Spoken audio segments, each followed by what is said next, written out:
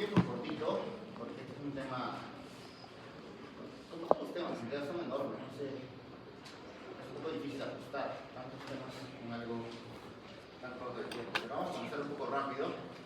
Voy a tratar de ser un poquito puntual con algunas enfermedades. Hay un montón de enfermedades que se han puesto me parece, ¿no?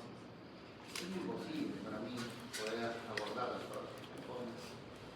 No creo que sea correcto cada tema ver el diagnóstico, el tratamiento, la tecnología. Creo que vamos a volar. Vamos a tocar algunos nada más, ¿ya? Probablemente las limitaciones muy importantes. Y hablar un poquito de los sistemas de emergencias, de reemergencias y más o menos cuál es un programa que se encarga de ver estas enfermedades a nivel hospitalario.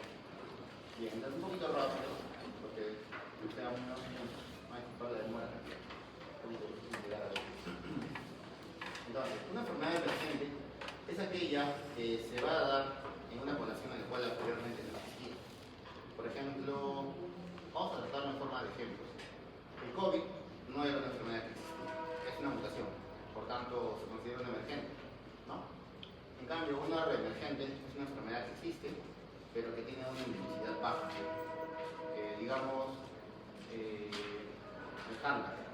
El Hanta que está circulando en Chile, claro, tiene un serotipo distinto, pero existía y básicamente tenía una forma de enfermar a la gente, ¿no? Básicamente por el contacto con las secreciones de un ratón especial. Es una enfermedad que puede producir un cuadro severo en la persona, pero sin embargo no tenía la capacidad de replicar que hoy en día está teniendo. Entonces, en el contexto de reemergencia, podríamos decir que hay un incremento en la prevalencia normal de casos reportados, pero de ese serotipo o de ese tipo de Hanta de transmisión solamente zoonótico, ¿no? Porque lo transmite un animal.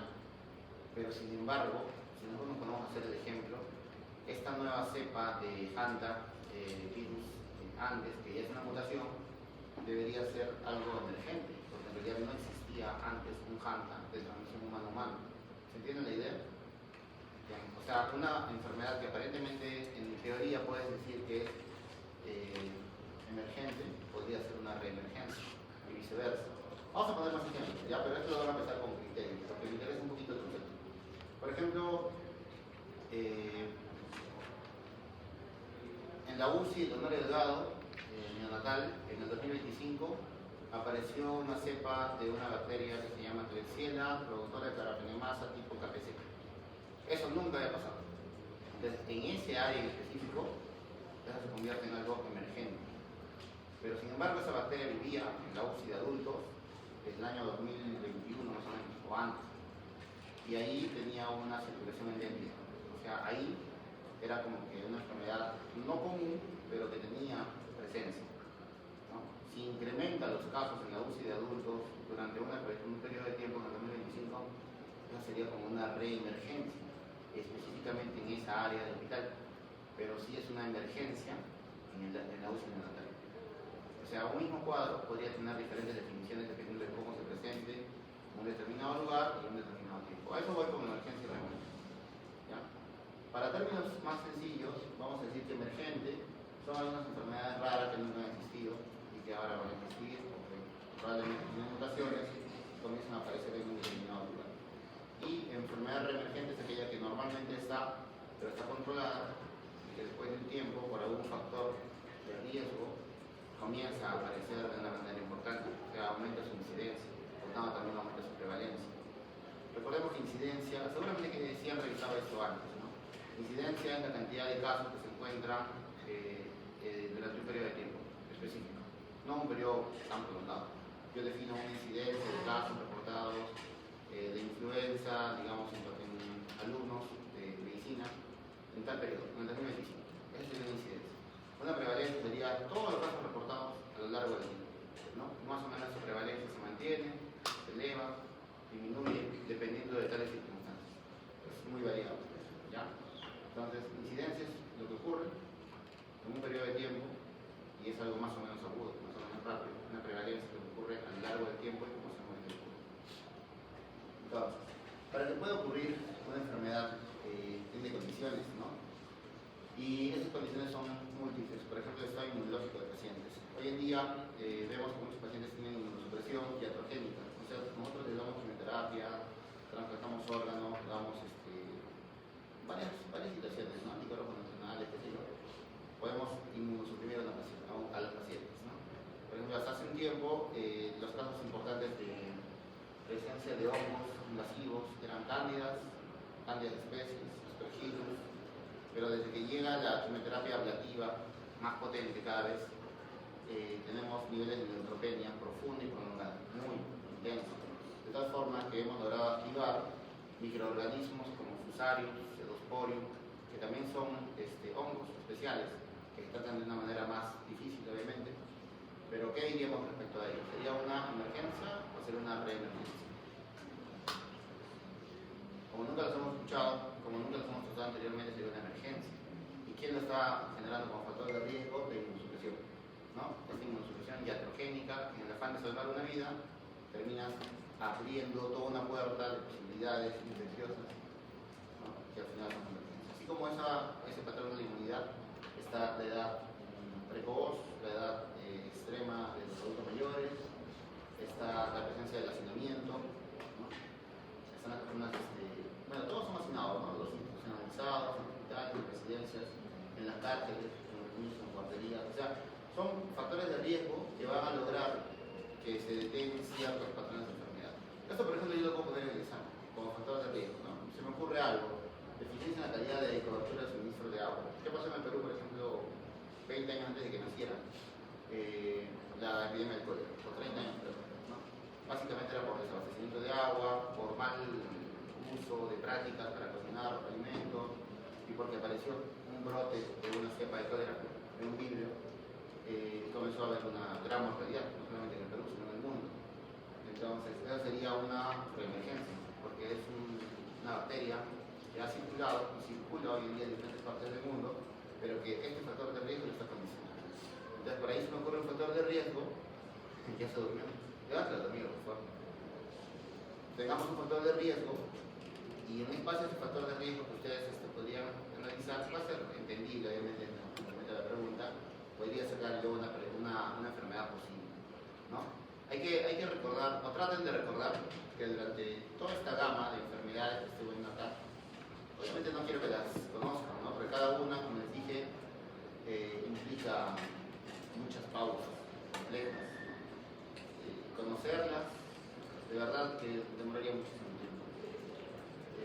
Pero algunas de ellas tienen particularidades, ¿no? Por ejemplo, si yo les pregunto, un factor de riesgo de transmisión sexual, ¿a qué estaría ligado? Acá. Yo no lo voy a poner, pues, bubónica, problema hemolítico, toxoplasmosis. Tal vez les puedo desviar un poco con alguna pregunta, pero todos sabemos que la transmisión sexual está asociada a ETS, VIH, hepatitis, HPV.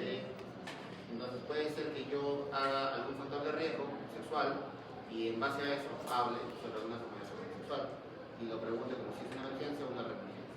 Ejemplo, por ejemplo, el HPV, ¿no?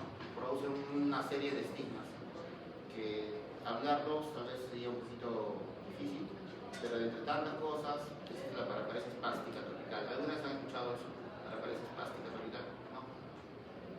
Ya bueno, obviamente voy a poner algo más sencillo para no ocultarles todo, ¿no? Pero la paraparesia espástica es algo que ocurre pues, en HPV, así como la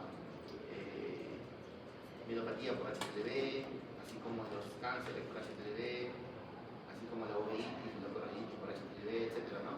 Pero ¿cuál es el factor de riesgo? Básicamente sexual, o puede ser la transmisión de la cáncer materno. No quiero ahondar, solamente quiero dar ejemplos para que se den cuenta más o menos de cómo debemos catalogar una enfermedad. ¿Ya? Ahorita está pasando con sarampión. Sarampión es una enfermedad emergente o reemergente. Reemergente, ¿verdad? Y el factor de riesgo, ¿cuál sería? Hay varios factores de riesgo, ¿no? Uno sería la procedencia de la zona donde apareció. Otro sería la inmunidad alterada, ¿no? Otro sería la falta de vacunación. Otro sería el hacinamiento, porque se transmite por vía aerosoles. Entonces, esa deducción la pueden sacar, ¿verdad? Entonces, en base a eso, pueden tratar de hacer preguntas en el examen. Pero nada más quiero que se den cuenta de la gama de enfermedades, y esto es un poco centro de lo que quisiera comentar, de lo que podría verse dentro del campo de la enfermedades metaxenias, zoonóticas, tropicalismo, emergencias, emergencias, que la consideran siempre en el ámbito hospitalario como enfermedades raras. Pero en realidad no son tan raras, lo que pasa es que son raras porque aparentemente no las conocemos y no sabemos de qué tratan, pero están circulando todo el tiempo entre nosotros, ¿no? Y que afortunadamente son de difícil contagiosidad, ¿no? Acá hay más, y acá hay factores de riesgo que hacen que las enfermedades puedan circular de un lugar a otro, ¿no? Antes por barcos demoraba un montón y era muy difícil, ahora por aviones tranquilamente puede venir un paciente con MERS, con hantavirus, no sé, irse de acá a Europa con sarampión, etcétera, en pocas horas, ¿no? Entonces los factores de riesgo han incrementado mucho en base justamente a terapias de inmunosupresión, a viajar fácilmente por el mundo, no sé, al uso de antibióticos, por ejemplo. ¿Cómo podría ser el uso de antibióticos un problema de emergencia o de emergencia? Por ejemplo, vamos a pensar, antes no teníamos bacterias gram negativas productoras de caracteremasas, hoy en día expande todos los días. Pero ¿cómo ocurre una producción de caracteremasas? Porque hemos dado cefaloporinas de tercera y cuarta generación de manera inadecuada. Entonces, ese sería el factor de riesgo para que las bacterias se capaciten, sobre todo aquellas que tienen mecanismos inductivos de transmisión de mutaciones, por plasmidos, ¿no? Por transposones, por integrones, qué sé yo, y han logrado que estas bacterias lleguen a un nivel en el cual pueden resistir a la terapia.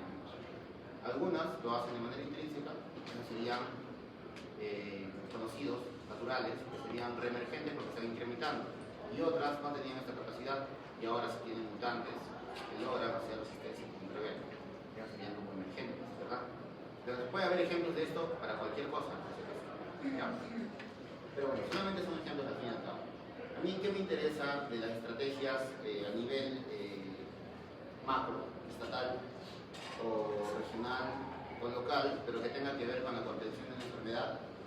Estos puntos, ¿no? Y tienen un orden importante, aunque no parezca. O sea, no es algo tan clínico, no es ver al paciente, no es resolver el problema de un paciente, sino resolver problemas a nivel social, ¿no? Por ejemplo, fortalecer la vigilancia global de enfermedades infecciosas. Significa que muchas enfermedades están circulando y hay áreas de epidemiología que las van reportando constantemente y nos van diciendo cuál es la forma en que circula una enfermedad. En base a eso, nos dan pautas a cuáles son las estrategias para contener una enfermedad. Eso significa fortalecer vigilancia, o sea, hacer diagnóstico, hacer notificación de enfermedades de este tipo, para poder identificarlas, porque si no nos damos cuenta, si no tuviéramos pruebas moleculares para sarampión o pruebas serológicas para sarampión hoy en día, que es algo que cuesta dinero y que el Estado obviamente manda para buscar la enfermedad como tal, ¿cómo podríamos darnos cuenta que es sarampión? O sea, tendríamos una probabilidad, pero sin embargo no tendríamos certeza, ¿no? Ayer, por ejemplo, vimos un paciente con el grupo que estaba hablando conmigo, que decía que tenía un exantema parecido al sarampión, más o menos clásico, ¿no? Que inicia en cabeza, desciende, es en el tórax, se extiende, extremidades, máculo ocular, hace defervescencia, todavía no hace descamación, con fiebre, pero sin embargo tiene un enantema doloroso, eso no tiene sarampión. Ya me manda un poquito del lío, me hace pensar, ¿qué otras enfermedades exantemáticas podrían comportarse de esa manera? Pues sabemos que hoy en día está circulando tosferina, está circulando, mano, pie, boca, por algún tipo de enterovirus, podría ser una enterovirosis atípica, podría ser una preinfección por VIH porque es una paciente joven la que vino, ya activa sexualmente probablemente, podría ser algún tipo de mononucleosis, podría ser muchas cosas. Pero yo, ¿por qué digo que la enfermedad es sarampión? Porque tengo algo que me ayuda a diagnosticar con una prueba serológica o con una prueba molecular. Entonces, justamente esto de hacer vigilancia significa identificar enfermedades. Entonces, eso lo puedo preguntar. Es importante. ¿Por qué? Porque me interesa mucho que aprendan de epidemiología. Un poquito, ¿no?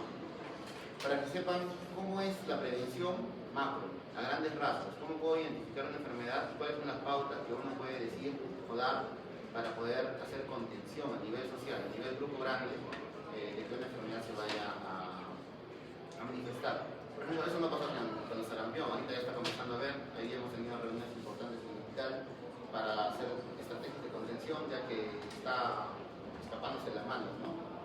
Entonces, ¿cuál sería el plan de vigilancia? buscar notificar todos los casos posibles que entran al hospital. Síndrome febril, exantémico, ¿no? Con proceso respiratorio agudo, en pacientes que no han tenido vacunas y que tengan algún contacto con nexo epidemiológico que tengan un cuadro parecido. Más o menos es lo que buscaríamos, ¿no? Eso significa hacer vigilancia. Ya, se los digo de esta manera para que ustedes lo canalicen, lo entiendan desde los audios y cuando yo les quiera hacer una pregunta al respecto, más o menos lo van a entender. ¿Qué más? Fortalecer infraestructura internacional, puede ser nacional también. ¿Qué significa esto? O sea, hacer que un lugar sea capacitado para contener una enfermedad. Capacitar un lugar, ¿qué significa? O sea, en base a cómo se presenta la enfermedad, lograr una forma de que se evite la transmisión de la enfermedad. Si tengo sarampión y el sarampión se contagia por vía de aerosoles, ¿qué tendría que tener entonces? Ambientes ventilados, ambientes iluminados, ambientes donde no haya mucha gente, no haya hacinamiento, tener EPPs correctos. ¿Para qué tendría mandil, guantes? Creo que no me serviría, ¿verdad? Lo que me serviría sería máscaras que eviten la transmisión por aerosoles. ¿Qué más? Toma rápida de muestras, evitar que la persona que entra al lugar esté andando por otros lugares, contagiando a otras personas. O sea, eso significa estructura, ¿ya? Infraestructura. ¿Qué más? Crear programas de investigación o programas donde haya gente capacitada o que capacite a los demás para poder contener la enfermedad. ¿Qué más? Fortalecer la capacidad internacional o nacional también puede ser. Podemos extrapolar todo eso, ¿no? Para prevención y control de enfermedades infecciosas. O sea, eso no solamente a nivel hospitalario, también puede ser a nivel, digamos, centralizado, dar imágenes, publicidad, hablar con la población, etcétera, ¿no? Todo esto encaja dentro de lo que es emergencia y reemergencia, porque son actitudes que vamos a usar para poder contener la enfermedad. Entonces, si yo les pregunto algunas pautas que tengan que ver con alguna estrategia, acá dice a nivel macro, ¿no? Pero puede ser a nivel local, a nivel de un hospital, a nivel de un centro de salud. Si ustedes están a cargo de un centro de salud, por ejemplo, ¿cuáles serían sus estrategias, sus puntos críticos a tener en cuenta para poder contener una enfermedad? Claro, en el contexto de un ejemplo que les pueda poner. Obviamente no de sarampión, ¿no? Tal vez podemos hablar de alguna otra cosa. Digamos, están trabajando en un centro de salud en Chala. ¿Qué puede haber en Chala? Por ejemplo, hay prostitución, porque hay minas ilegales, informales, y hay muchas ETS, y te puedo poner un ejemplo respecto a gonorrea, que no había, pero se comporta como una enfermedad reemergente en esa zona, y les digo, ¿cuáles serían sus estrategias para contener esa enfermedad cuando sean jefes del centro de salud de esa zona? ¿Entienden? Es algo más práctico, ¿verdad? No tiene que ver con cosas memorísticas, tiene que ver con cosas de criterio, ¿ya? Pero la idea es que eso pueda extrapolarlo a cualquier nivel en el afán de contener alguna enfermedad. Acá hay un poquito más de eso, ¿no? Entonces, ¿qué tiene que ver, en resumen, para que se dé una enfermedad a la emergencia o la reemergencia?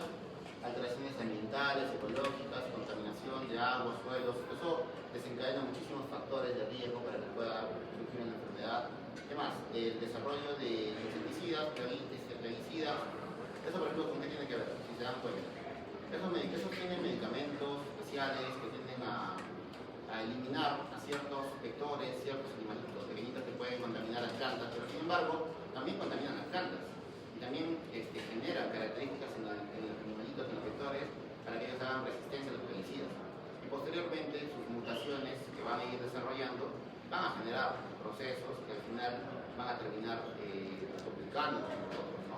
Podemos adquirir enfermedades que puedan ser secundarismos al uso de esos químicos. ¿Qué más? El llegar a ambientes rurales, cuando nosotros estamos en una zona y nos expandemos, ¿no? Y podemos llegar a tener enfermedades del trópico. Por ejemplo, Chagas. Chagas es una enfermedad que sabemos que en Arequipa es endémica, ¿no? Se presenta de manera crónica, no detectamos casos agudos, es un poco difícil porque habría que hacer investigación activa, pero sin embargo en selva existe mucho Chagas por otro tipo de vector. Acá, ¿qué será? Triatomina infestans, ¿no? ¿Y qué será en selva? Será Pastrongilus, será probablemente Rhodnius, ¿no? Entonces, cuando tenemos este tipo de vectores que son de selva, ¿cómo así llegamos a tener pacientes con ese problema? Porque hay expansión demográfica de la población. Estamos invadiendo nichos ecológicos rurales y estamos exponiéndonos a más enfermedades. Lo que pasó con el COVID, justamente el COVID fue algo similar a eso, ¿no? Consumo de animales silvestres que han desarrollado mutaciones dentro de sí de algún virus que circulaba en una población, pero sin embargo hubo cambios, ¿no? Justamente por inversión demográfica y todo lo demás. Así se da una emergencia, una enfermedad, ¿ya? Bueno, entonces, esos son ejemplos, ya basta de ejemplos, vamos a hablar un poco más de otras cosas para que no se nos acabe el tiempo. Un punto importante, y eso también es difícil de que le vaya a preguntar, ¿por qué? Porque si yo les digo síndromes, no creo que podamos abordar cada una de las enfermedades para decir acá hay un síndrome. ¿Qué tipo de síndrome sería? Eso creo que está a nivel de residente de medicina. Entonces, si yo les digo un ejemplo, no sé, carbunco. Carbunco es un tipo de síndrome febril, agudo, con una pápula costrosa, negruzca, necrotizante, en un paciente que tiene contacto con algún tipo de animal vacuno, ¿no? O un ganado que se infesta en masa. ¿El síndrome cuál sería? Sería pápula costrosa, necrotizante, con cuadro febril, a mi parecer. Acá lo están determinando de una forma bastante más simple, úlcera cutánea, ¿no? Pero si yo hablo síndrome de úlcera cutánea, se me abre la cabeza y puedo decir 100 tipos de síndromes, ¿no? O 100 tipos de etiologías probables. Si les pregunto algo de esto, probablemente no me van a poder responder, ¿no? Por ejemplo, otro cuadro, fiebre amarilla. Eso es un poco más fácil, pero todos saben cómo se comporta una fiebre amarilla. Sería un proceso febril, histérico, agudo, severo, del trópico. Si yo les digo eso, ¿cuántos síndromes febriles, agudos, severos, histéricos del trópico podrían decir? También podría complicarlos, ¿no? Entonces, necesitarían saber cada uno cómo se comporta. Pero lo que yo quiero con esta diapositiva es que se den cuenta de que existen muchas enfermedades que se van a ir abordando de manera sindrómica. Que cuando ustedes vean enfermedades, no vean de frente etiología en el futuro. La etiología va al final, ¿no? Tiene que haber presunciones, tiene que haber una guía, tiene que haber una serie de factores críticos y mucha noción, mucho conocimiento base para poder identificar una verdadera enfermedad, para poder pedir el examen correcto, para poder hacer un diagnóstico confirmatorio correcto. Pero lo que sí tienen que hacer es síndrome, diagnóstico sindrómico, ¿no? Por ejemplo, en la época del sarampión actual, ¿cómo sería un proceso sindrómico? Como lo dije anteriormente, ¿no? Proceso febril exantemático y probablemente asociado con un proceso agudo respiratorio. Ese sería el síndrome que yo buscaría. Y eso es lo que buscaría en un triaje diferenciado.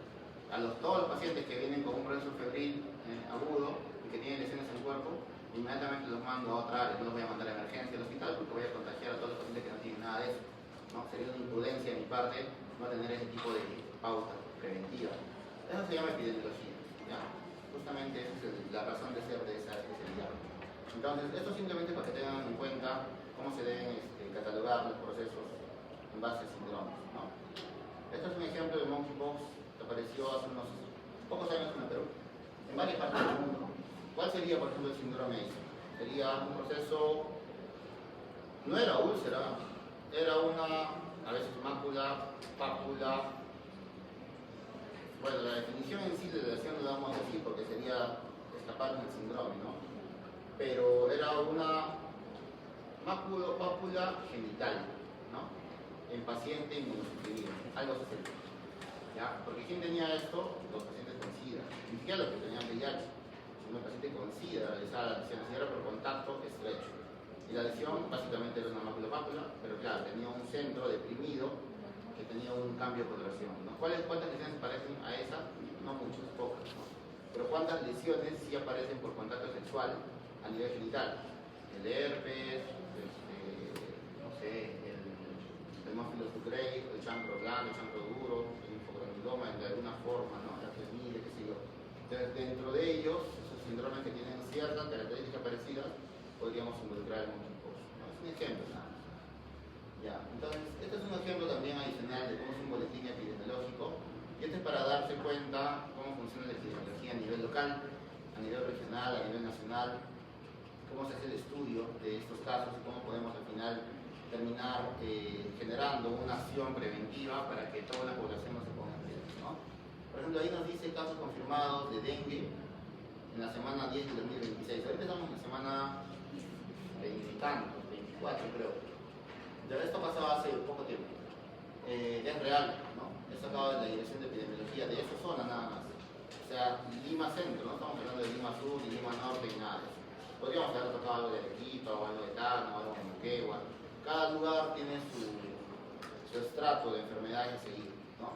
Entonces ahí nos dice que son 13 casos probables y 12, no, menos, ¿no? 7, 6 probablemente confirmados por cada semana. Obviamente hay un subregistro, ¿no? Porque no todos investigan, no todos notifican, pero lo que tienes lo puedes extrapolar al final, ¿no? Pero nos da un ejemplo de que por cada caso confirmado, más o menos hay 2 probables. ¿Por qué serían probables? Porque tienen un nexo, porque han estado en contacto con esas personas, porque no a todos le vamos a pedir una prueba específica, o no en todos vamos a encontrar una prueba que sea certera. Podría ser un paciente que le han tomado la prueba en un momento inadecuado y ha dado un falso negativo.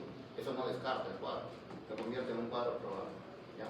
Solamente por la continuidad, por el nexo epidemiológico. Pero ¿cuál es el objetivo? Que se encontró que según la forma clínica de la enfermedad y se corresponde a dengue sin signos de alarma, y solamente uno es un caso de dengue con signos de alarma. El que me dice que probablemente el grado de patogenicidad o de agresión de la enfermedad es bastante bajo, pero habría que ver el estrato del tipo de paciente que se ha contagiado para ver si es realmente bajo o no. Hasta ahí no estoy estudiando todavía el virus ni el microorganismo, solamente estoy estudiando la forma en que se está presentando en un grupo poblacional, ¿no? Y ahí se comienza a reportar dónde han sido estos casos en todos los distritos o todas las zonas que están en esa zona. Después nos dice cuántos episodios febriles hay por semana epidemiológica. Entonces, esto es otra cosa, ya no nos habla del dengue como tal, sino nos habla solamente de cuadros febriles en determinados grupos etarios. Nos dice que en ese momento, en la semana 10 del 2026, se notificaron 36.000 casos. Pero en ese mismo momento, en el año previo, en 2025, se notificaron 26.000 casos, o sea, 10.000 casos menos. Hay una curva muy marcada, una tendencia muy marcada al incremento de casi un 35% de casos, 35% más de lo que había el año previo, en lo que es proceso febril. Febril, ¿en qué tipo de paciente y en qué forma de presentación? No lo sé, pero febril. Eso tiene que llamarme la atención, porque algo está pasando epidemiológicamente en esa área. Está viendo la probable emergencia o la probable reemergencia de una enfermedad. Ese es el tema, ¿no? Emergencia y reemergencia, ¿verdad? Por eso estoy llevando por este lado. Yo sé que es epidemiológico y parece aburrido y tal vez dirán que se está hablando. No estamos todavía para ver análisis de cosas, cómo se ha presentado una enfermedad, pero es importante, tiene que ya ir conociendo estas cosas. Y luego nos saca un reporte del número de episodios febriles por año de vida. Y nos damos cuenta que los años más afectados son los años entre los 1 a 4 y probablemente los 50 y 50 niños. O sea, son niños relativamente pequeños y por ahí algunos adultos, ¿no? Eso también tiene que decirme algo. Y luego me doy cuenta de que en ese mismo lugar se han registrado 90 casos de tos ferina, ¿no? En ese momento, estamos hablando de hace 14 semanas. Y que eso ha incrementado drásticamente respecto a lo que ocurría el año pasado. Los años pasados, los porcentajes y las cantidades, se dan cuenta, eran minúsculos y se ha incrementado desde 30 en el 2025 hasta 90, más o menos un 300%. Y si comparamos con el 2024 2023, es mucho más. O sea, un incremento del 30 a 50% ya es fuerte. Imagínense un incremento del 100% o del 300%, es algo extremadamente fuerte. Y coincide con el incremento de casos febriles en esa zona. Entonces, podríamos ir asumiendo que la enfermedad que ha causado este incremento de casos febriles podría ser la tos ferina en esa zona del Perú, ¿no? Tratamiento para tos ferina, seguramente han escuchado, es por la pertussis, ¿no? La enfermedad o la bacteria que produce eso. ¿Cómo se contiene la bacteria de pertussis? ¿O cómo se evita? ¿Cómo se mitiga? Con vacunas, ¿no? Eso es cuando eres pequeñito todavía. Y se han dado cuenta que el grupo de riesgo que tenía mayor prevalencia era, o mejor incidencia era, los niños entre 1 y 5 años. Y tienen 1 a 5 años ahora, pero cuando era la época del COVID, ¿cuántos años tenían? La gran mayoría de esos niños seguramente tendrían 1 año, 2 años, 3 años, no eran vacunados, ¿no? Entonces, probablemente la falta de vacunación correcta en la época del COVID ha condicionado que los niños no inmunizados han comenzado a tener cuadros febriles que podrían desencadenar algún cuadro severo de tos ferina. Si este niño hubiera nacido prematuro o fuera un paciente que tuviera alteraciones estructurales pulmonares o malnutrido o inmunosuprimido por alguna cuestión, probablemente esa tos ferina lo tendría matando, ¿no? Entonces, ¿cuándo ha habido mortalidad por tos ferina en el Perú? En los últimos 10 años. Prácticamente no había. Y este año hay más de 200. ¿Se dan cuenta? Imagínense que mueran 200 niños porque no ha habido un buen análisis epidemiológico. Y han muerto otros, ¿no? Tal vez ese es un buen análisis. Tal vez si no fuera esto, hubieran muerto más de 1000 niños. Eso es algo catastrófico. O sea, no nos damos cuenta. Tal vez no lo sentimos como la parte académica, como la parte están haciendo ahora en su vida, de estudiar. Pero si se ponen a pensar a nivel de familia, a nivel de pérdidas, a nivel de todo lo que está ocurriendo en esas familias, es algo muy malo, ¿no? Como eran niños por procesos febriles que tenían que controlarse con vacunación. ¿Quiénes son los responsables de eso? La parte pública. Esto entra dentro de lo que es emergencia o reemergencia por completo, porque la tos ferina es una enfermedad reemergente, ¿no? En este momento. Y es muy severa. De eso se trata todo esto, ¿ya? Acá podría poner más ejemplos, pero se nos va a pasar el tiempo. Y trata básicamente lo mismo. Pero revisen las diapositivas y traten de analizarlas. Una cosa que tienen que aprender más adelante cuando sean residentes o cuando vayan a ser médicos especialistas, ¿no? Es leer muchos artículos y entender cada una de las evidencias, de las datas que les da un estudio. Entonces, sí les voy a dejar estas diapositivas para que ustedes las analicen. Va a ser como un ejercicio mental. ¿Qué pasa con la tendencia de casos en la misma zona respecto a influenza? Y ahí vean los serotipos, como muchos los tipos de influenza y las clasificaciones de influenza según su presencia de hemaglutinina y neuraminidasa, ¿no? Si son influenza tipo A o tipo B, y cómo es la circulación en base al tiempo, como en esta diapositiva, por cantidades, por grupos etarios, como en esta diapositiva, o digamos tendencias de otros procesos virales importantes, COVID, sistema respiratorio, como en esta diapositiva. Hasta ahí acaba, y ahí viene otro ejemplo de otros exantemas, ¿no? Sarampión rubiola, que es lo que está pasando actualmente, y qué es lo que había pasado anteriormente, cómo podríamos compararlo. Y de acá, definitivamente va a salir una pregunta, pero es una pregunta que va a salir en base al ejemplo que les he dado anteriormente. Es como un análisis que hemos hecho, ¿ya? Ahora, acá hay más ejemplos, pero esto sí no lo voy a poner, porque son simplemente ejemplos que tienen que ver con cómo puede haber emergencia y reemergencia en diferentes brazos de infectología. En las áreas de pacientes con ETS, en medicación de zoonosis, en manejo de antimicrobianos, en manejo de inmunosuprimidos. De todas maneras, revisen lo que dice el contenido literal para que puedan darse una idea y lo vayan entendiendo en base a lo que les he dicho anteriormente, que era todo el ejemplo. Ahora sí, el doctor Cristian, que es el coordinador del curso, me ha dicho: no les digas tanta epidemiología y cosas porque no les gusta.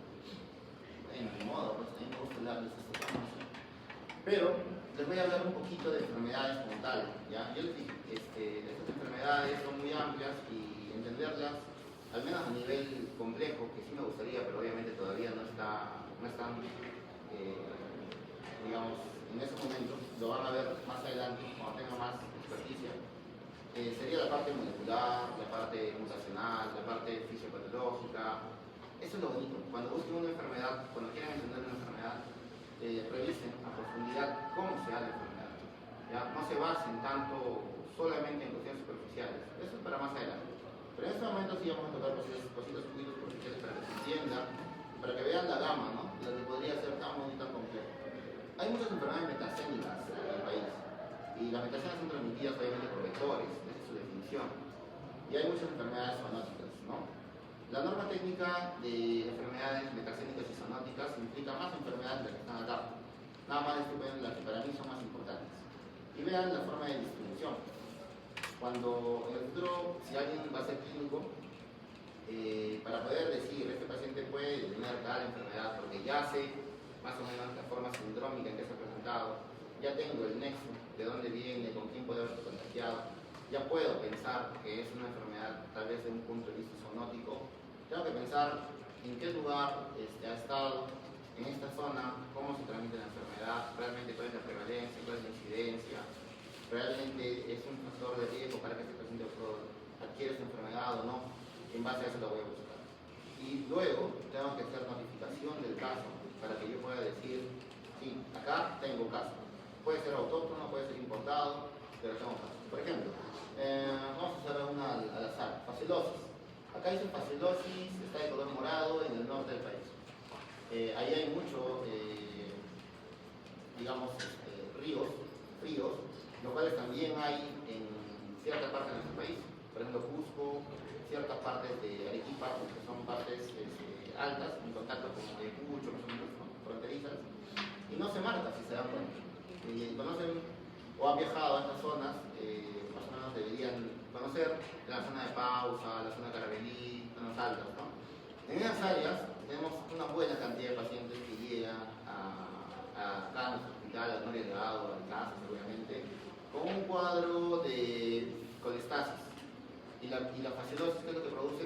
Cuando está en un estadio más avanzado de su enfermedad, es un tremátodo, ¿verdad? Es un gusano plano en forma de hoja que tiene todo un círculo o un ciclo de vida en el cual está dentro de un protozoario, luego evoluciona de una seria, una redia a un miracidio, de miracidio a redia 1, redia 2, de cercaria, dentro de un caracol ligneo, luego va a lo que es metacercaria, que está dentro de unas plantas por donde repte el caracol, y luego consumimos las plantas, ¿no? O berros, y luego hacemos la enfermedad como la metacercaria, que llega hasta cierto punto de nuestra vía biliar, termina madurando, repta, en la fase reptativa, hace eosinofilia, con un poco de sangrado, con transaminasemia, con fiebre, y luego de hacer eso se aloja dentro de la vía biliar como estadio adulto, y como estadio adulto comienza a poner o biposicionar cada cierto periodo de tiempo, pero la clínica ¿cuál es?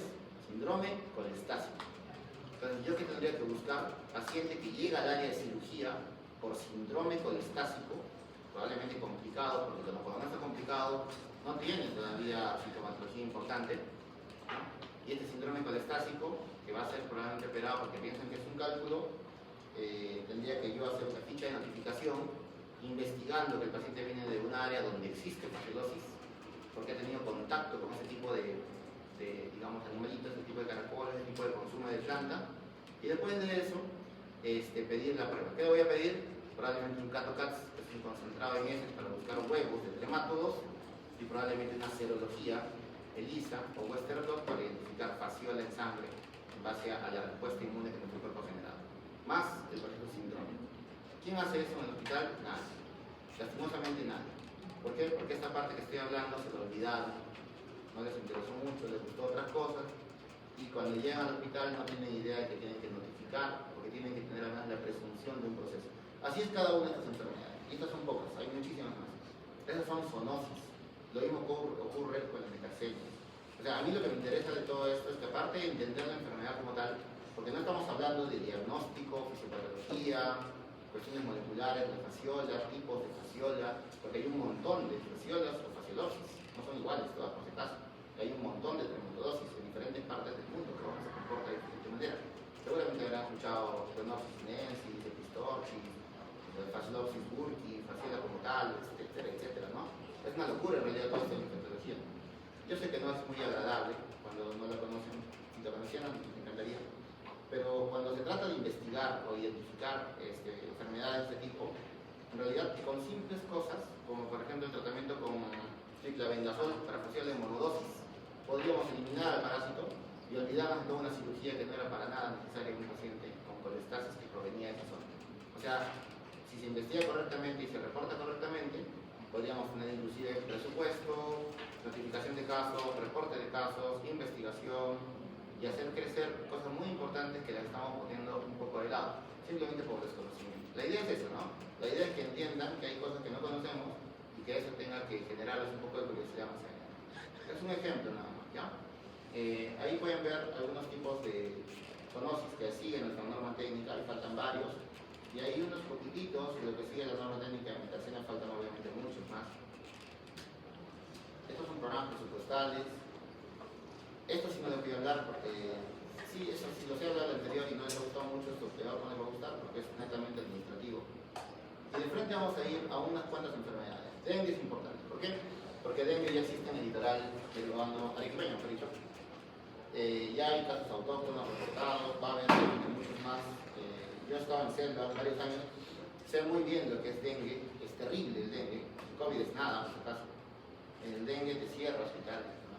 Por completo, y es súper difícil de manejarlo, sobre todo porque no tenemos pericia en manejo del dengue, ¿no? Básicamente el dengue es diagnóstico correcto, estratificar el factor de riesgo del paciente para evitar mandar a su casa a un paciente que puede tener riesgo de complicación, y después de eso hidratarlo correctamente, porque si me paso la hidratación lo voy a encharcar de líquido, lo voy a matar. Y si no lo hidrato correctamente, lo voy a chocar, lo voy a matar. Entonces el dengue se trata básicamente de la experticia del manejo del medio interno y la alimentación correcta del paciente. ¿Y qué mensaje le voy a dar al paciente? ¿De dónde se trata el dengue? A grandes rasgos. Bueno, hay 5 tipos, según la literatura hay 4, pero hay un quinto, flavivirus, hay tal tipo de cápside que tiene, ahí tiene proteínas estructurales y no estructurales, que pueden revisar después. Acá está más o menos la cadena epidemiológica, es básicamente un vector. Acá están los periodos de tiempo en los cuales se posiciona, cuánto tiempo demora en hacer larva, cuánto tiempo demora en hacer pupa, adulto, cuántos huevos se colocan. Y miren, los huevos pueden estar un año en el ambiente, por eso están prevalentes. Es difícil eliminar porque no se eliminan fácilmente, por más que se usen varios tipos de, ¿cuál es la palabra? Cuando llega a un área y fumigación, ¿no?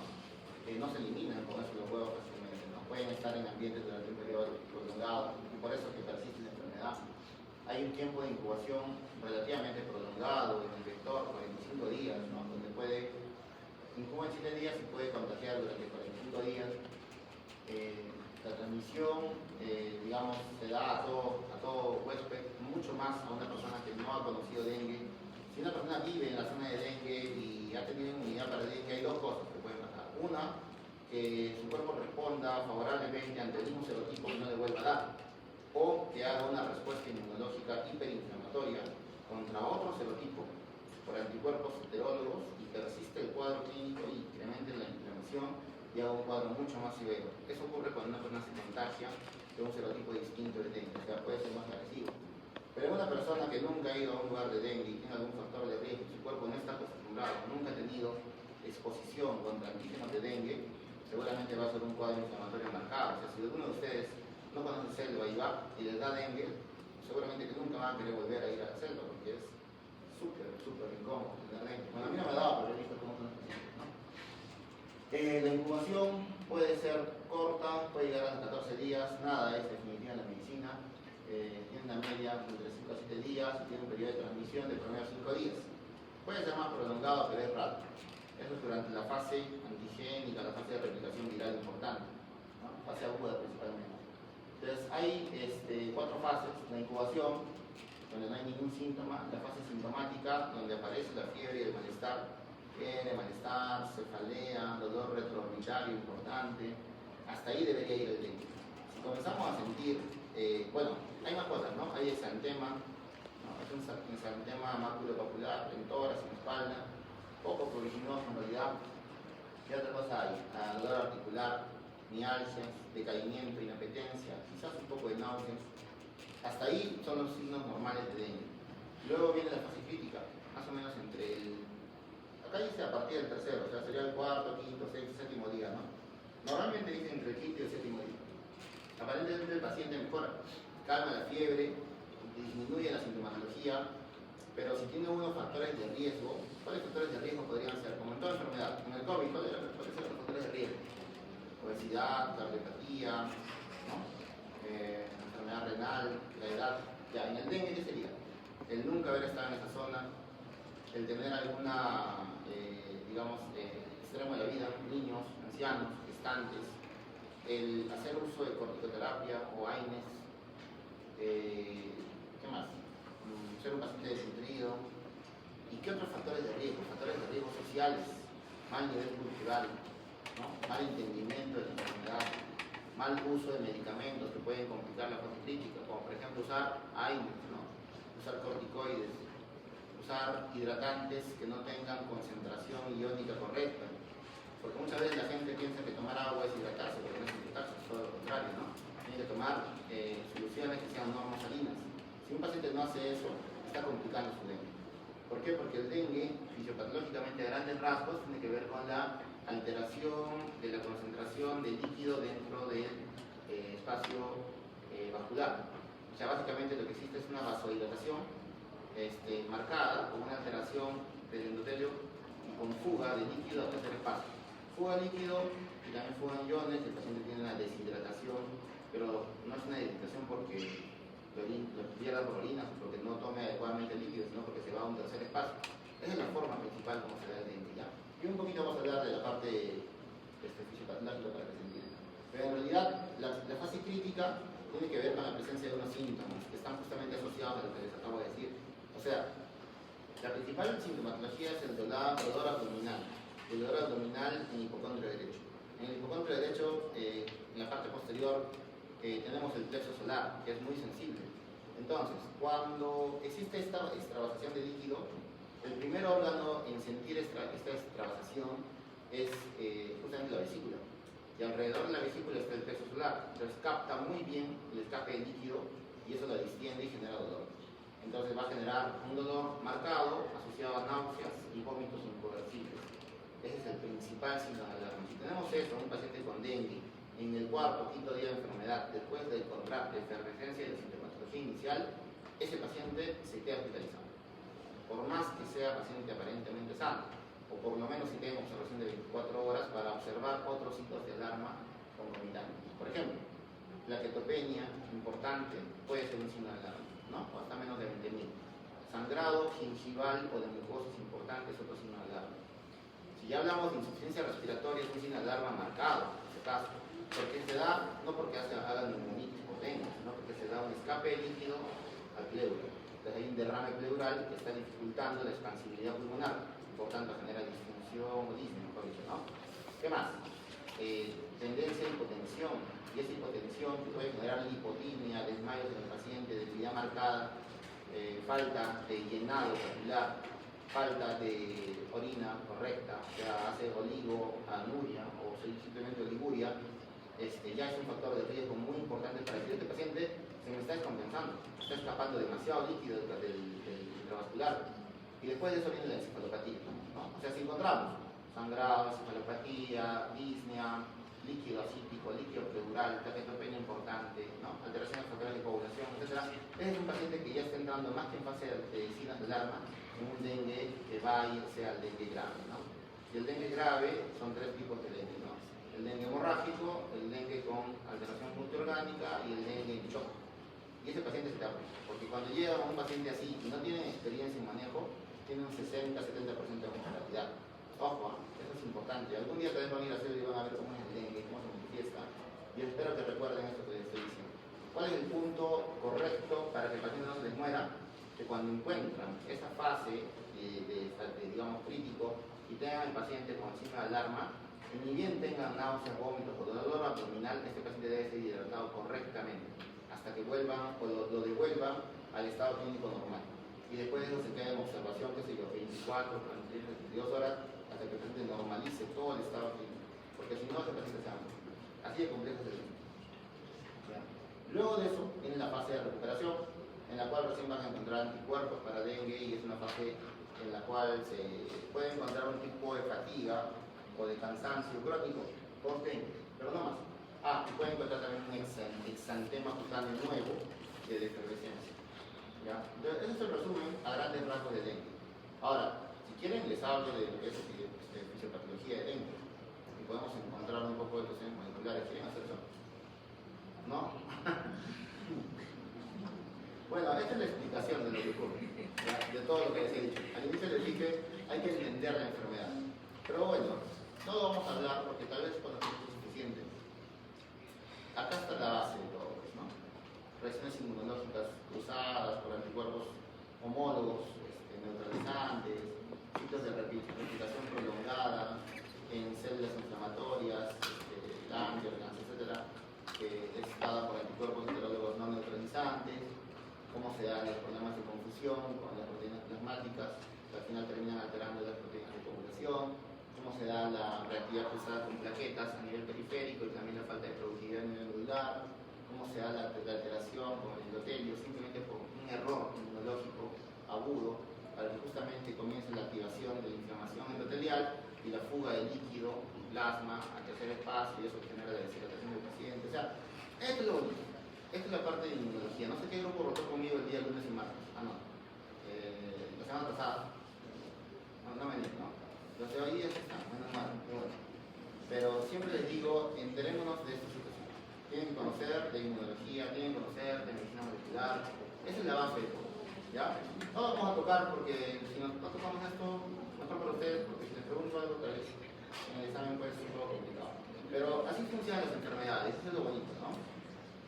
Entonces, esta es la evidencia de Aedes en el 2016 en Arequipa.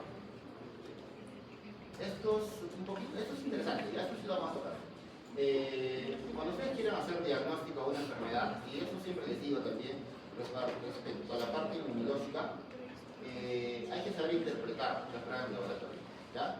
Entonces, vean que en la fase aguda de la enfermedad, donde ya hay sintomatología, lo que vamos a encontrar es toda la clínica que les comenté, la fiebre, vamos a encontrar probablemente deshidratación, porque a pesar de que el paciente no haga signos de alarma, que ya es una fase de descompensación, ya se está deshidratando, ya tiene fuga de material, ya tiene disminución de la orina, ya está entrando un proceso. Ustedes saben que paciente taquipneico, paciente con fiebre, paciente que está tendido en cama, que no se nutre bien, etcétera, etcétera, ya de por sí se deshidrata. Eso es algo que ya tienen como base, ¿no? Más la inflamación endotelial, peor todavía.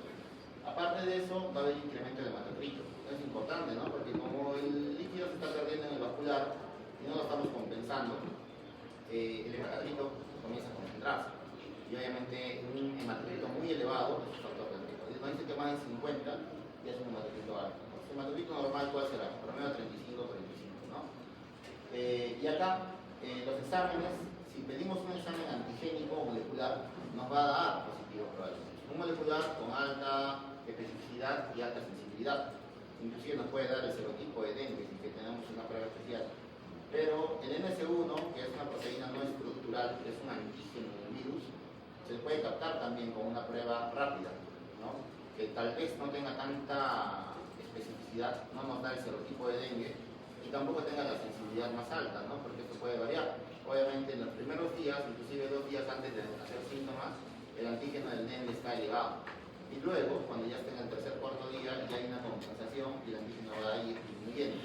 Por tanto, hay que tener en cuenta que estos primeros días son ideales para pedir pruebas directas, pruebas antigénicas, pruebas moleculares. Pero sin embargo, cuando ya estamos en la fase crítica, que es la fase en la cual tienen que tener todo el cuidado del mundo, vamos a ver que disminuye la sintomatología, como comenté. Acá pueden aparecer los cuadros severos de dengue, ¿no? Choque, sangrado, daño orgánico.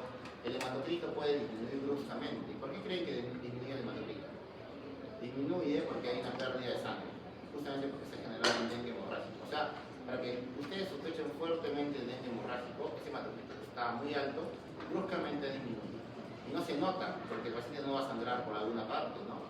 Sino simplemente sangra el pulmón, sangra el intestino, y se va a cavidades, y no se van a dar cuenta que lo que era líquido en cavidad se convirtió en sangrado en cavidad. Y van a ver también, en cuanto a las pruebas, disminución o desaparición de los antígenos, probablemente hasta disminución o desaparición de la prueba molecular del material genético del dengue en sangre, porque se barre, y lo que sí van a comenzar a encontrar son anticuerpos para dengue. Tal vez en la fase crítica no tanto, por eso si le sale un anticuerpo negativo, no significa que se descarta dengue, ¿no? Puede ser un falso negativo. Pero cuando ya pasaron los 7 días, o más todavía, 10 días, 14 días, qué sé yo, el anticuerpo va a ser más fuerte porque existe seroconversión. En resumen, si yo les dijera a un paciente con sospecha de dengue que viene, no sé, tal sitio, y lo puedo complicar más, digamos que es inmunosuprimido, asplénico, ¿no? O sea, que no genera anticuerpos correctamente, pero que tiene clínica de dengue, que hace un cuadro de deshidratación, que ha estado en el trópico, que su hermano ya, no sé, se ha enfermado por dengue hace una semana. Y yo le pido una prueba serológica en el 5.º día de enfermedad me sale negativa. Eso sería diagnóstico de descarte, o sea, me diría que no tiene dengue. Significa que le han tomado mal la prueba, ¿no? La han indicado inadecuadamente. ¿A quién se le ocurre pedir una prueba serológica al 5.º día de enfermedad? Estaría recontra mal, ojalá que nunca estuviera al lado. ¿Y a quién se le ocurre pedir una prueba antigénica al 10.º día de enfermedad? Tampoco, ¿no? Le va a salir falso negativo. O sea, si hacen eso en el futuro, espero no verlo, porque sí sería un poco. Y bueno, pasados los 7 días ya vamos a tener la fase de convalescencia. Y no encontramos nada porque ya se normalizó, ¿no? El nivel de plaquetas aumentó, el hematocrito se normalizó, la serología hizo seroconversión. A esto voy con lo que es entender las fases de una enfermedad. Todas las enfermedades se puede hacer este mismo ejercicio, ¿ya? El problema es que no lo hacemos. Pensamos de una manera muy limitada en el tiempo. Es como que todas las enfermedades las agarráramos en un momento y a todas las vamos a querer entender de esa manera, pero no son iguales, todas son completamente distintas. Ahora, esto es estratificación del paciente con dengue, ¿no? Dengue sin signos, como les dije, es un paciente que ha estado en la zona, tiene nexo epidemiológico, tiene el cuadro febril, tiene la sintomatología de dengue no tiene ninguno de esos signos. Y con signos, obviamente, cuando tiene los signos que les había comentado anteriormente, a esto le están agregando hepatomegalia, un hematocrito incrementado, una sintomatología muy marcada, la hiperuremia que les había hablado. Esos son signos de alarma. A este paciente nunca lo van a mandar a su casa, ¿ya? Por más que sea un paciente joven, sano, que viva a 2 cuadras de la costa, porque se puede comenzar rápidamente. Y si es una paciente o un paciente que tiene factores de riesgo sociales, o vive lejos, o no puede llegar correctamente, o no entiende, o no lo pueden traer porque no sé, no tiene movilidad, o está poquito, o es gestante, o es un niño, o tiene peor, otras cosas, es un post-trasplantado, es un anticoagulado, es un paciente con corticoides, paciente con SIDA, etcétera, cosas, mucho peor, ¿verdad? Jamás tendrían que mandar a un paciente a su casa sin una condición de riesgo, por más que sea un paciente que no tenga ningún signo de alarma. Preferiría 1000 veces hospitalizar. Ese es criterio médico. Entonces, yo les digo, paciente que se encuentra en la selva, que vive a 2 kilómetros del centro de salud, que viene con un proceso febril, pero está estable, hemodinámicamente estable, está orinando bien, solamente tiene sed, tiene malestar, le dan paracetamol y lo mandan a su casa, pero es un pacientito de 85 años, que está tomando también warfarina porque es anticoagulado, porque dijeron que tomara eso porque antes ya tuvo un ACV. ¿Qué haría? Esa es una cosa compleja de hacer. Jamás tendría lo tendría en casa, ni siquiera lo tendría en la posta, lo mandaría a un hospital, definitivamente, porque ese paciente se va a descompensar en cualquier momento. Y la muerte del paciente es culpa de nosotros, ¿no? Por no saber decidir correctamente, ¿no? Y el siguiente caso es el dengue grave, ¿no? Que es el que les dije. Paciente con shock, paciente sangrado grave, con disminución marcada del hematocrito, ¿no? O bajada incrementada, ¿no? Marcada de la hemoglobina, y seguramente un secundarismo, ¿no? ¿Qué tiene un paciente con shock? ¿Qué tiene un paciente con sangrado? Se ve pálido, se ve anémico, tiene extremidades frías, no orina, la piel está, no sé, ¿cuál es la palabra? No me acuerdo, pero es mega azulada, ¿no? Fría, no hay lleno capilar, o sea, hay un montón de criterios para yo decir que el paciente está chocado, ¿no? No solamente la presión, no solamente la presión arterial media disminuida, ¿no? No solamente la disminución del 30-40% de la presión arterial sistólica, ¿no? No solamente el incremento de la diferencial de la presión arterial sistólica contra la diastólica, o sea, hay un montón de parámetros para pensar en shock, por si acaso, no solamente es hablar del PAN, se complica mucho más. Pero claro, eso no lo vamos a tocar. Les digo nada más desde el punto de vista clínico, como médico internista. ¿Qué más? Compromiso grave de órganos, obviamente porque hay isquemia, porque los órganos están irrigando y están comenzando a enfermarse cada uno. Y acá se complica la cosa. Entonces, lo podemos complicar más, para cada tipo de paciente según el contexto del paciente. No sé si quisieran investigar cómo se trata un paciente con dengue, post-trasplante, anticoagulado, con falla renal, con cardiopatía, con uso de prótesis valvular, con shock, ¿no? Que no mejora ni con 3 meses de regeneración de líquidos, ni con plasma, ni con, no se da féresis planetarias, pero se da paquetes regulares en algunos casos, cuando entra a áreas críticas. O sea, esto ya es otro tema, ¿no? Esa es la parte difícil, ¿no? Hacer el diagnóstico diferencial y poder identificar al paciente y correctamente sacarle el modelo. Entonces, háganme recordar que no hemos hablado nada de tratamiento de dengue, ¿ya? Solamente hemos hablado de la parte fisiológica y la parte clínica, la estratificación de riesgo, un poquito, para preguntarles de eso, porque si me olvido, no me hacen recordar, les voy a preguntar algo de tratamiento y ahí sí van a morir. Y el tratamiento sí es una cosa mucho más compleja, ¿no? Esto es algo que amerita mucha expertise, pero no la vamos a tocar. Vamos a ir miren el dengue del neonato y el dengue con las familiares, esta es la ficha de notificación en monitoreo paciente con dengue por horas. Entonces, ahora sí tienen que tenerle miedo al dengue, ¿verdad? Cuando vengan. Y va a venir pronto. Cuando sean internos van a ver dengue. Estoy totalmente seguro de eso.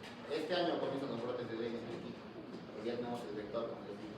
Así es un hospital dengue, se barre todas las áreas, tiene que haber muchas reuniones de comité en manejo de dengue para que se pueda capacitar médicos, contratar médicos. En realidad es muy bueno, ¿no? Porque cuando haya dengue y sepan manejar dengue, yo les diría, cuando sean médicos, no se dediquen solamente frente a la especialidad, vean un poquito más de diversidad, váyanse a hacer un momento, aprendan a manejar enfermedades de selva, les van a pagar bien.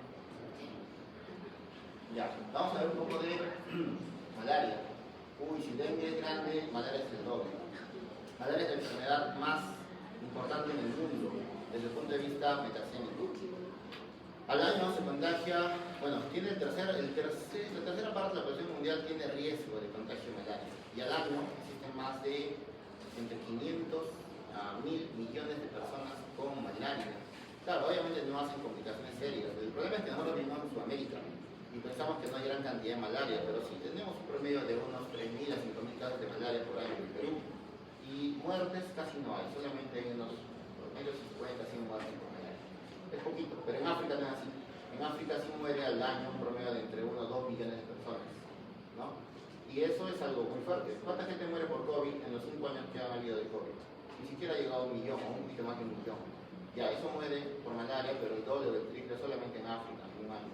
Entonces, tengamos el temor a esta enfermedad, ¿no? Es una enfermedad muy compleja. En algunos países del mundo se extiende, en otros se ha logrado contener. Pero lo peor de todo es que el vector, el anófeles, ya ha generado resistencia a un montón de medicamentos que sirven para inhibirlo. Y la malaria como tal ha generado resistencia a casi todos los maláricos, ¿no? Hoy en día se tiene resistencia inclusive a derivados de la artemisina, a la resonal. Entonces no hay alternativa para manejar malaria a pesar de que hay cantidad de medicamentos, ¿no? Y hay una expansión enorme de Plasmodium falciparum, que es lo más grave de todos. Malaria vivax es el más importante en el Perú, pero sin embargo en este año 2025, desde septiembre a octubre, y eso lo dice la Dirección de Epidemiología, hasta este momento hay un brote reemergente de falciparum muy importante, y sobre todo con presentaciones cerebrales de malaria. Entonces es una cuestión muy seria, ¿no? A tener en cuenta. Yo sé que estas cosas no aparecen en la televisión, ni en el TikTok, ni nada de eso, ¿no? Ahí aparecen cosas de guerra, de cosas así, no sirven para nada. Pero en realidad sí deberíamos darnos cuenta, entender esto como personal de salud que van a hacer más adelante. Tienen que ir asumiendo conciencia, por si acaso, porque son el grupo de contención para poder evitar estas enfermedades. Bueno, son varios ciclos. Hay un tropismo hepático, un tropismo eritrocitario, hay una fase dentro del humano y una fase dentro del vector. Por eso lo vamos a explicar. Hay varios tipos de malaria, que hay en el Perú, principalmente. En otras partes están la Olesi, malariae, ¿no? Ovalle. Cada uno tiene características diferentes en cada uno de sus estadios. Identificarlo es difícil, inclusive para los patólogos más experimentados es difícil. Las pruebas rápidas son muy útiles hoy en día, pero las pruebas rápidas se usan más que todo en un contexto de lugares donde existe malaria. Donde no hay malaria no es tan necesario como acá, ¿no? Porque seguramente no vamos a saber usarlo. Son pruebas que usan anticuerpos preformados contra un antígeno especial de algún tipo de malaria, principalmente para falciparum. El Optimal, por ejemplo, es uno de ellos. Nos podría ayudar mucho. No se acá, pero tal vez en algún momento lo vayan a ver, tal vez se lo comento para que sepan que existe.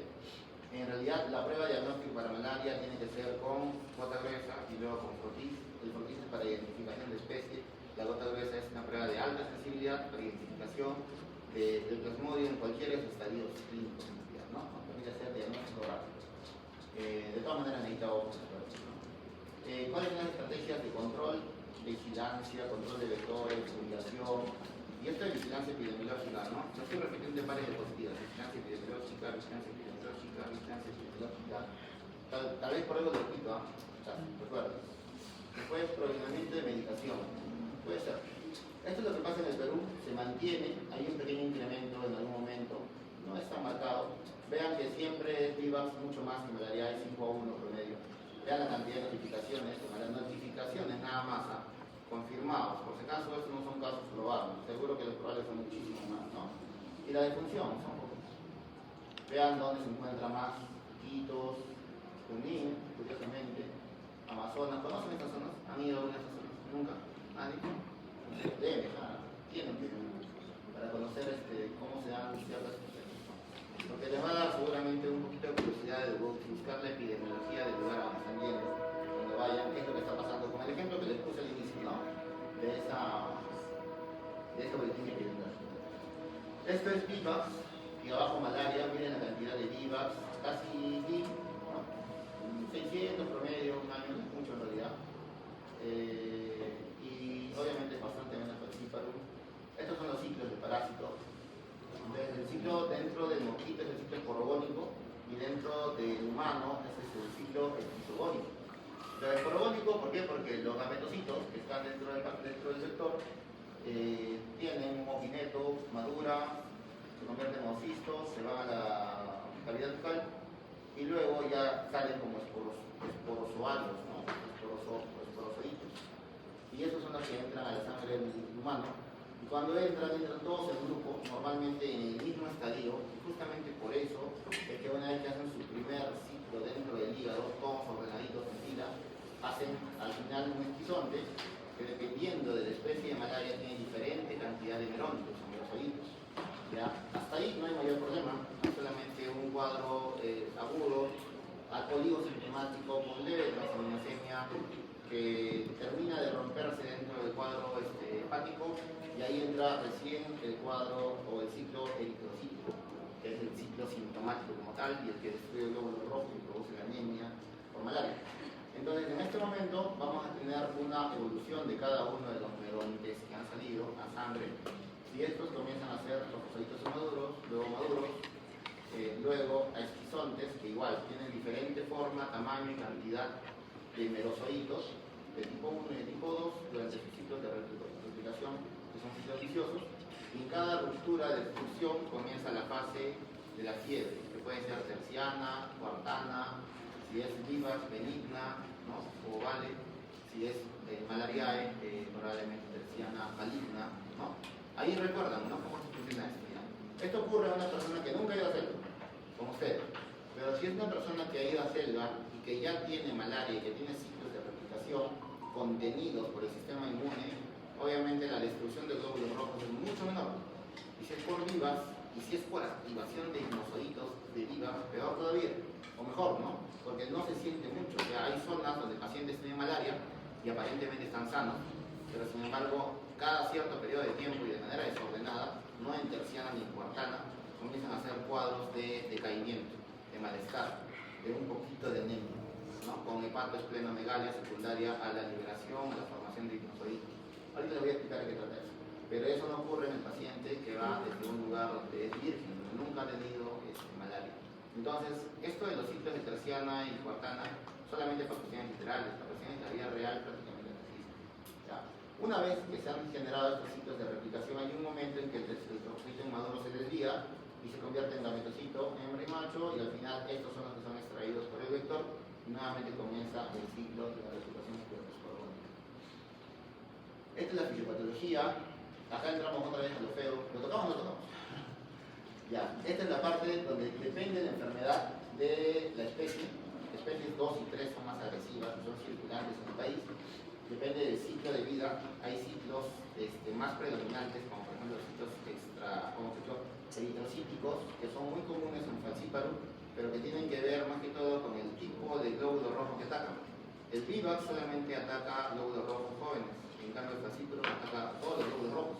Por eso es que los destruye a mayor cantidad, con una menor carga parasitaria. Por eso es mucho más severo. Y tiene receptores de superficie o de membrana múltiples en diferentes órganos, por ejemplo en la placenta, en el cerebro, en el miocardio, en el riñón, etcétera, que van a producir justamente la citoadherencia del falciparum y la obstrucción o la isquemia que ocurre en esos órganos para que puedan entrar en la falla orgánica y de morir. Cosa que no ocurre en el virus. Esas son las diferencias entre el vivax y el falciparum. Hablemos de los dos nada más. El falciparum tiene citoagregación, tiene las rosetas de los glóbulos rojos, tiene la capacidad de agregar o de afectar a varios glóbulos rojos también en todos los estados de su madurez, y aparte tiene la tendencia a producir enfermedad con bajas cargas parasitarias, por eso es que es tan maligno, ¿no? Acá hay respuestas innatas que nos pueden ayudar. Hay varias otras respuestas innatas inclusive que no las vamos a contar ahorita, que son, digamos, benéficas en cuanto a la evolución de la malaria. Y acá está un poquito de la parte que necesitamos, ¿no?